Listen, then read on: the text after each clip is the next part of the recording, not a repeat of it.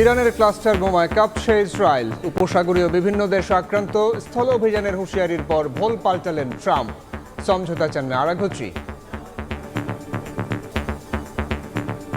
The United States military, together with the wonderful Israeli partners, continues to totally demolish the enemy far ahead of schedule. We don't see any reason why we should negotiate with the US.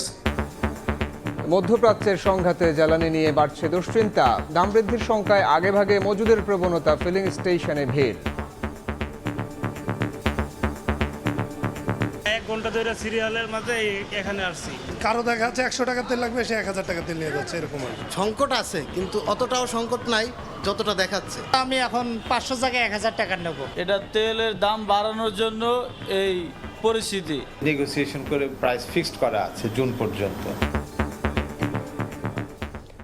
দেখছিলেন প্রধান শিরোনাম। দুপুরের সময়ের সঙ্গে আছি আমি সাইফুল রুদ্র। মন্ত্রী, প্রতিমন্ত্রী ও বিএনপির এমপিদের নিয়ে কর্মশালা উদ্বোধন প্রধানমন্ত্রীর। বিরোধী দল থেকে ডেপুটি স্পিকার পদের প্রস্তাব গ্রহণের আহ্বান স্বরাষ্ট্রমন্ত্রীর। সরকারের কৃষি ঋণ মওকুফের সিদ্ধান্ত যুগান্তকারী। পাট দিবসে রাষ্ট্রপতি।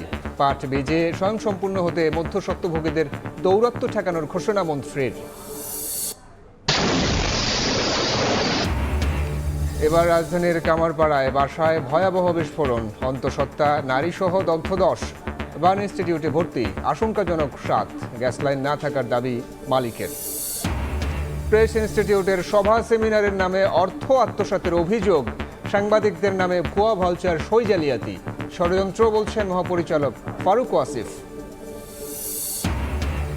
এবং 13 বছরেও শুরু হয়নি ত্বকী হত্যার বিচার। আওয়ামী লীগ আমলে গুরুত্বপূর্ণ আলামত নষ্টের অভিযোগ। পরিবারের ক্ষোভ, এখনও বিচার পাওয়ার অপেক্ষা।